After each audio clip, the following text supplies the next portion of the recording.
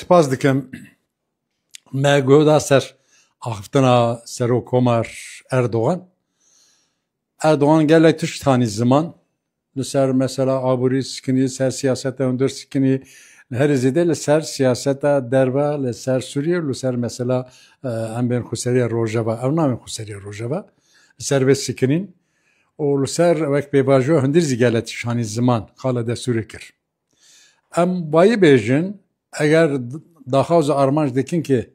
دستوری که بنگهی سیویل او یا دموکراتیک بیکوره تشتکی ماینده açtı şey bu mesela girin gerek mesela Kürt'ta mesela Kürdistan'da tişteki nühbeş. Şu bejin gerek dut tişte girin yerin ve hatta sor Kürt'da eğer dahaz dikin ki mesela Kürt çareser bikin yek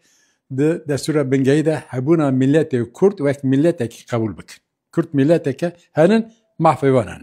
Duddu zamanı Kürdi dibistana yakan hatta nizdanigahı bu zamanı perverdeyi. Ev gele girigin bana ben kabul kırın. Yadı jubo mesela em ben peyvajua hündür tiştekani zaman ev balkeşe.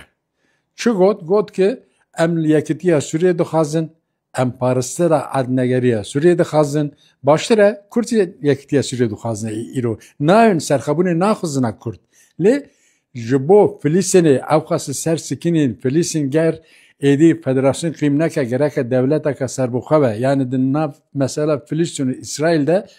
چاره سرکرنا دو دولتی و tamam باشه امروز برای فلسطین قدر خود تعیین بکه لیجبونا کرده شما دوی گر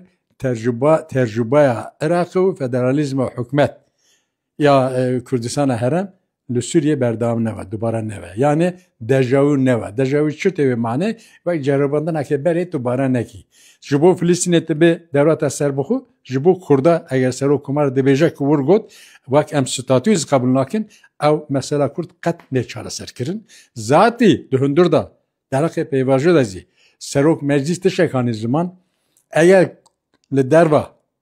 لسوریه او همو وقت من لحرمه دا çek ne berdan yani Türkiye terör be Türkiye be terör herama be terörzi bekne ve çağı em komisyon ve peşniyat xo xapata xaz bu çara sekirde peşkeşi nakin evet çağı teşekkür ederim